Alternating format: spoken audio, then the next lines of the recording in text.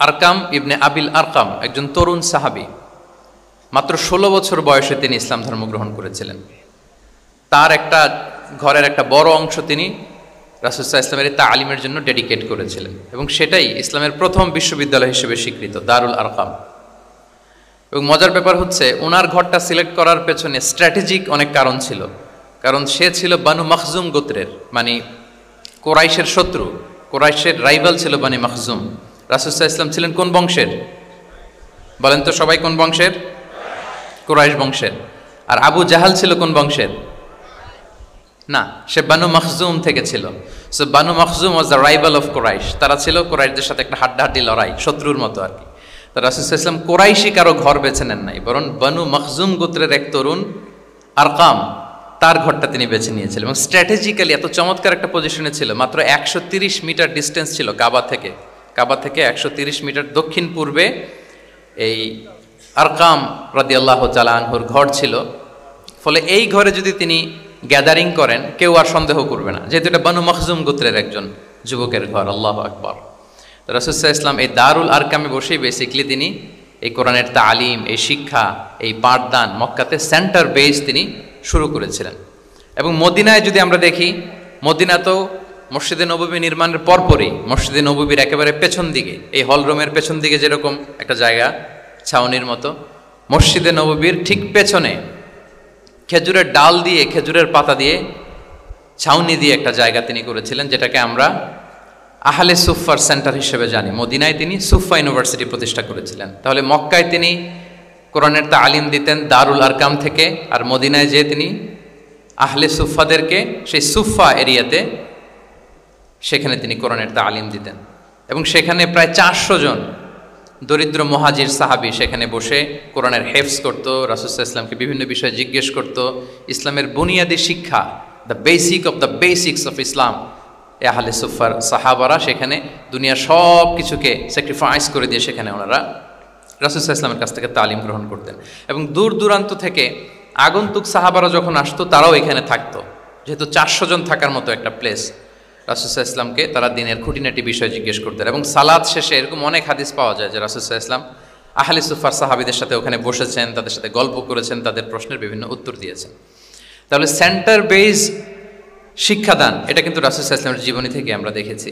এবং যখন মসজিদে নববীর পেছনে আহলে সুফাদের 400 জনের পরে যখন আরও বেড়ে যাচ্ছিল, তখন রাসূল সাল্লাল্লাহু আলাইহি ওয়াসাল্লাম মসজিদের বাইরে মুকরিম বিন নাওফাল রাদিয়াল্লাহু তাআলা আনহুর একটা ঘরে আরেকটা সেন্টার করেছিলেন। এটাকে বলা হতো দারুল কুররা। এভাবে একটার পর একটা সেন্টার রাসূল সাল্লাল্লাহু আলাইহি ওয়াসাল্লাম তিনি নির্মাণ করেছেন এবং দ্বীনের বাণীকে তিনি ছড়িয়ে দিয়েছেন। এবং এখান থেকে যারা শিক্ষা অর্জন করত, বেসিক্যালি তারা তো হেফজ করত, কোরআনের যে আয়াতগুলো নাজিল হতো এগুলো হেফজ করত, দিনের অন্যান্য বুনিয়াদি ব্যাপারে তারা শিক্ষা গ্রহণ করতেন। তো এই সাহাবীদেরকে কুররা বলা হতো। তাদেরকে আবার রাসূল সাল্লাল্লাহু আলাইহি ওয়াসাল্লাম বিভিন্ন এলাকাতে মুআল্লিম হিসেবে প্রেরণ করতেন। এটা রাসূল সাল্লাল্লাহু আলাইহি ওয়াসাল্লামের সুন্নাহ ছিল যে কোনো এলাকায় দ্বীনের শিক্ষা দেওয়ার জন্য আগে মুআল্লিম পাঠাতেন। আমরা জানি যে হিজরতের আগে, রাসূল সাল্লাল্লাহু আলাইহি ওয়াসাল্লামের আগেও তিনি মদিনাতে একজন সাহাবীকে পাঠিয়েছিলেন, মুসআব বিন উমাইর। এটা জানি না আমরা সবাই? মুসআব বিন উমাইরকে তিনি পাঠিয়েছিলেন। খুবই ড্যাশিং চেহারার ছিল, খুবই অ্যারিস্টোক্রেট একটা ফ্যামিলির ছিল। উনি এত চমৎকার পারফিউম ইউজ করতেন, উনি কোনো রাস্তা দিয়ে হেঁটে গেলে সবাই বুঝতো এই রাস্তা দিয়ে কিছুক্ষণ আগে হেঁটে গিয়েছে মুসআব বিন উমাইর। বাংলা একটা কথা আছে, আগে দর্শনদারি পরে গুণ বিচারী, এরকম একটা কথা আছে না? সো মদিনার লোকটা যাতে ইসলামের প্রতি খুব দ্রুত অ্যাট্রাক্টেড হয়, এজন্য তিনি আবু বকর রাদিয়াল্লাহু তাআলা আনহুকে পাঠাননি, ওমরে ফারুককে পাঠাননি, বরং মুসআব বিন উমাইর রাদিয়াল্লাহু তাআলা আনহুকে মুআল্লিম হিসেবে, he was the first ambassador of Islam, প্রথম অ্যাম্বাসেডর হিসেবে তিনি মদিনায় গিয়েছিলেন। এবং মদিনাতে আহলে সুফার মধ্য থেকে যারা অগ্রগামী ছিল, দারুল কুররা থেকে যারা অগ্রগামী ছিল, তাদেরকে আল্লাহ রাসূল সাল্লাল্লাহু আলাইহি ওয়া আলিহি ওয়াসাল্লাম জ্ঞান বিতরণের জন্য, কোরআন শেখানোর জন্য বিভিন্ন জায়গায় পাঠাতেন। আপনারা উহুদের যুদ্ধের পরপরই বিইরে মাউনার ঘটনা শুনে থাকবেন। সেখানে রাসূল সাল্লাল্লাহু আলাইহি ওয়াসাল্লাম 70 জন হাফেজ সাহাবী, মানে ওই সময় পর্যন্ত যতটুকু কোরআনের আয়াত নাজিল হয়েছিল এগুলো যারা মুখস্থ করে ফিরেছিলেন, এরকম 70 জন সাহাবীকে একটা এরিয়াতে তিনি পাঠিয়েছিলেন। এবং এটা আসলে বিট্রে করেছিল তারা বলেছিল যে আমরা তাদেরকে নিয়ে যাব আমাদের এলাকায়, তারা দিন পৌঁছাবে। কিন্তু এই 70 জন সাহাবীকে বিট্রে করে তারা হত্যা করেছিল, ওনারা শাহিদ হয়েছিলেন এবং এতে রাসূল সাল্লাল্লাহু আলাইহি ওয়াসাল্লাম অনেক কষ্ট পেয়েছিলেন। যে সমস্ত গোত্র এই কাজের সাথে জড়িত ছিল টানা 1 মাস তাদের বিরুদ্ধে রাসূল সাল্লাল্লাহু আলাইহি ওয়াসাল্লাম বদদোয়া করেছেন, কুনুতে নাজেলা করেছেন ফজরের সালাতের পরে। তাহলে এই যে ন্যারেশনগুলো, বর্ণনাগুলো আমি কেন উপস্থাপন করছি আপনাদের সামনে, এটা বোঝানোর জন্য যেটার পরম্পরাটা কীরকম, রাসূল সাল্লাল্লাহু আলাইহি ওয়াসাল্লাম কীভাবে কোন সেন্টার থেকে শুরু করলেন, তারপরে কিভাবে এটার ডেভেলপমেন্ট হচ্ছিল, তারপরে কিভাবে এটা আগাতে লাগলো। তাহলে রাসূল সাল্লাল্লাহু আলাইহি ওয়াসাল্লাম বিভিন্ন জায়গায় যে মুআল্লিম পাঠাতেন এটার রেফারেন্সও আমরা পেলাম, যে তিনি তো এখানে শেখাচ্ছেন, যখন অনেক বেড়ে গেল, চাহিদা বাইরে অনেক বেশি, তিনি এখান থেকে ছাত্রদেরকে, সাহাবাদেরকে বিভিন্ন জায়গায় মুআল্লিম হিসেবে প্রেরণ করতেন। এবং শিক্ষার বিনিময়ে তিনি বদরের যে বন্দিরা ছিল তাদের মুক্তিপণের অ্যানাউন্সমেন্ট করেছেন, র্যানসাম, এটা আপনারা জানেন। আমি একটু কুইজ নিয়ে নেই আপনাদের। বলেন, বদরে মুসলমানদের পক্ষ থেকে শহীদ হয়েছিল কয়জন? কতজন? 14 জন, মাশাআল্লাহ। আর কুরাইশদের পক্ষ থেকে 70 জন। বন্দী হয়েছিল কয়জন দেখি? হ্যাঁ, 70 জন তারা নিহত হয়েছিল আর 70 জন বন্দী হয়েছিল। তো বদরের যুদ্ধে এই 70 জন যারা কুরাইশদের মধ্য থেকে বন্দী হয়েছিল তাদের মুক্তিপণ হিসেবে, ফিদিয়া, র্যানসাম হিসেবে রাসূল সাল্লাল্লাহু আলাইহি ওয়াসাল্লাম 4000 দিরহামের অ্যানাউন্সমেন্ট করেছেন। মানে দিরহাম মানে হচ্ছে সিলভার কয়েন আর কি। তৎকালীন সময় দিনার হচ্ছে গোল্ড কয়েন আর দিরহাম মানে সিলভার কয়েন। তো রাসূল সাল্লাল্লাহু আলাইহি ওয়াসাল্লাম 4000 সিলভার কয়েনের ঘোষণা করেছেন যে তোমরা যদি মুক্তি পেতে চাও তাহলে 4000 রৌপ্য মুদ্রা দিয়ে, সিলভার কয়েন দিয়ে তারপরে তোমরা মুক্তি পেতে হবে। তখন তিনি অ্যানাউন্স করলেন যে কারো যদি এই সামর্থ্য না থাকে যে 4000 স্বর্ণ মুদ্রা দিয়ে তোমরা র্যানসম আদায় করতে পারবো না, তাহলে এই লোকদের মধ্য থেকে যারা লিখতে পড়তে জানে তারা যদি মদিনার 10 জন শিশুকে লেখাপড়া শিখিয়ে দেয় তাহলে এটা তাদের মুক্তিপণ হয়ে যাবে। আল্লাহু আকবার। তাহলে শিক্ষাটাকে রাসূল সাল্লাল্লাহু আলাইহি ওয়াসাল্লাম কিভাবে দেখতেন, এটাকে কতটা গুরুত্ব দিতেন। তখন কিন্তু মুসলমানদের আর্থিকভাবে খুব কঠিন অবস্থা যাচ্ছিল, তারপরে তিনি ঘোষণা করেছেন যাদের সামর্থ্য নাই তারা যদি লিখতে পড়তে জানে, মদিনার 10 জন ছেলে মেয়েকে তারা যদি লেখাপড়া শিখিয়ে দিতে পারে, এইটা তাদের মুক্তিপণ হিসেবে কনসিডার করা হবে। আল্লাহু আকবার। তাহলে সম্মানিত সুধী, আমরা সেই ইব্রাহিম আলাইহিস সালাতু ওয়াস সালামের দোয়া থেকে শুরু করে বদরের যুদ্ধ পর্যন্ত চলে আসলাম। এখন আমি মূল আলোচনায় চলে যাই যে রাসূল সাল্লাল্লাহু আলাইহি ওয়াসাল্লাম সাহাবাদেরকে যে তিনি শেখাতেন, ওনার পাঠদান পদ্ধতি কেমন ছিল। প্রথম কথা হচ্ছে রাসূল সাল্লাল্লাহু আলাইহি ওয়াসাল্লাম পিতৃ স্নেহে সাহাবাদেরকে শিক্ষা দিতেন, as like a father teaching his child, teaching his son or daughter.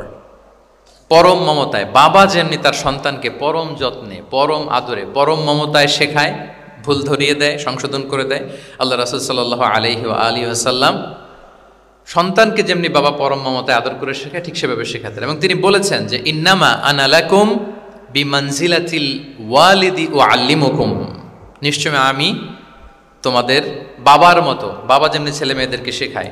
এবং এই হাদিসে এসছে যে রাসূল সাল্লাল্লাহু আলাইহি ওয়াসাল্লাম তাদেরকে শিখিয়েছেন সাহাবাদেরকে যে ওয়াশরুমে গেলে কিভাবে ক্লিন হইতে হবে, টু দ্য ডাইরেকশন অফ কেবলা বসা যাবে না, কেবলাকে পেছনে রেখে বসা যাবে না, এমনকি ঢিলাগুলো ইউজ করতে হলে ডান হাতে ইউজ করা যাবে না, বা হাতে। তারপর এটা বেজোর হইতে হবে। এরকম ধরে ধরে উম্মাকে শিখিয়েছেন। নারীদের মেনস্ট্রুয়েশনাল পিরিয়ডের ব্যাপারে বিধানগুলো শিখিয়েছেন। স্বামী স্ত্রীর অন্তরঙ্গ মুহূর্তের ব্যাপারে মাসআলা কি, ব্যাপারগুলো কি, লিগ্যাল অপিনিয়ন কি, ধরে ধরে বাবা মা যেমনি ছেলে মেয়েদেরকে ধরে ধরে শিখিয়ে দেয় যে এইভাবে this is good and this is bad, dos and don'ts যেমনি মা বাবা শেখায়, আল্লাহ রাসূল সাল্লাল্লাহু আলাইহি ওয়াসাল্লাম বলেন ইন্নামা আনা লাকুম বিমানজিলাতিল ওয়ালিদি উআল্লিমুকুম, আমি তোমাদের বাবার মতো, বাবা যেমনি শেখায় পরম মমতায়, এভাবে আমি তোমাদেরকে শিক্ষা দিই। এবং রাসূল সাল্লাল্লাহু আলাইহি ওয়াসাল্লাম খুব সহজ করে উপস্থাপন করতেন, কোনো কিছুকে জটিল করতেন না। এটা কিন্তু একজন আদর্শ শিক্ষকের বৈশিষ্ট্য।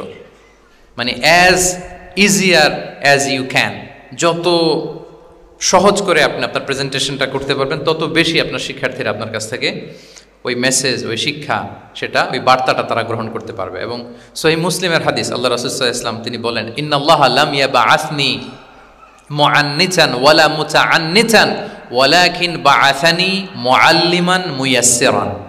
আল্লাহু আকবার। আল্লাহ তাআলা আমাকে কঠোরতা আরোপকারী, জটিলকারী করে প্রেরণ করেননি, বরং সহজভাবে, সহজ পন্থায় শিক্ষাদানকারী শিক্ষক হিসেবে প্রেরণ করেছেন। লিটারেলি তিনি মুয়াসসিরান শব্দটা ব্যবহার করেছেন। যেহেতু এখানে ইসলামিক স্টাডিজ, কোরআন, হাদিস যে ডিপার্টমেন্টের শিক্ষার্থী বন্ধুরা আপনারা যারা আছেন, আপনারা শব্দের অর্থটা লিটারেলি বুঝতে পারতেছেন যে তিনি বলেছেন মুআল্লিমান মুয়াসসিরান, আমি সহজপন্থী শিক্ষক হিসেবে প্রেরিত হয়েছি। কোনো জিনিসকে কঠোরতা আরোপ করার জন্য, কঠিন করে প্রেজেন্ট করার জন্য আল্লাহ আমাকে পাঠাননি। রাসূল সাল্লাল্লাহু আলাইহি ওয়াসাল্লাম use to make things easy, খুব সহজ করে উপস্থাপন করতেন। এবং রাসূল সাল্লাল্লাহু আলাইহি ওয়াসাল্লামের শিক্ষাদান পদ্ধতি ছিল অপটিমিস্টিক, আশাব্যঞ্জক, আশাবাদী। অর্থাৎ তিনি যখন কিছু বলতেন, শেখাতেন, মানুষ আশাবাদী হয়ে উঠত, কনফিডেন্ট পেত, ভয় পেত না। আমরা অনেক সময় মানুষকে খুব ভয় দেখাই। রাসূল সাল্লাল্লাহু আলাইহি ওয়াসাল্লাম কাউকে যখন কোনো দায়িত্ব দিয়ে কোথাও প্রেরণ করতেন, ওনার বিখ্যাত হাদিস তিনি বলতেন, ইয়াসসিরু ওয়ালা তুআসসিরু, বাশশিরু ওয়ালা তুনাফিরু। সহজ করো, কঠিন করো না। সুসংবাদ দাও, দিন থেকে মানুষকে ভাগিয়ে দিও না।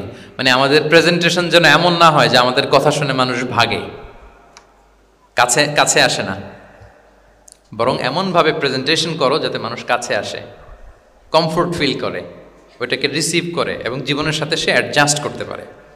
এবং তিনি যখন বুঝাতেন, সাহাবাদেরকে যখন কোনো জিনিস বুঝাতেন, খুব ধীরস্থিরভাবে কথা বলতেন।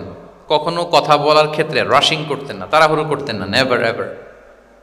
এবং অনেক সাহাবারা খুব দ্রুত হাদিস বর্ণনা করলে আম্মা জান আয়েশা রাদিয়াল্লাহু তাআলা এটা অপছন্দ করতেন। বিশেষ করে আবু হুরায়রা রাদিয়াল্লাহু তাআলার ব্যাপারে তিনি অবজেকশন দিয়েছিলেন যে তুমি যেভাবে বলো, নবী সাল্লাল্লাহু আলাইহি ওয়াসাল্লাম কিন্তু এত দ্রুত বলতেন না, তুমি যেমনি গড়গড় করে বর্ণনা করো। আল্লাহ রাসূল সাল্লাল্লাহু আলাইহি ওয়াসাল্লাম এত দ্রুত বর্ণনা করতেন না। লাম ইয়াকুন ইয়াসরুদুল হাদিসা কাসারদিকুম কানা ইউহাদ্দিসু হাদিসান লাউ আদ্দাহুল আদ্দুল আহসাহু। এমনভাবে প্রিয় নবী কথা বলতেন যে কেউ যদি চাইতো, তিনি এই কথার মধ্যে কয়টা বাক্য বলেছেন, কয়টা শব্দ বলেছেন, চাইলে হাতে গুনে ফেলতে পারত।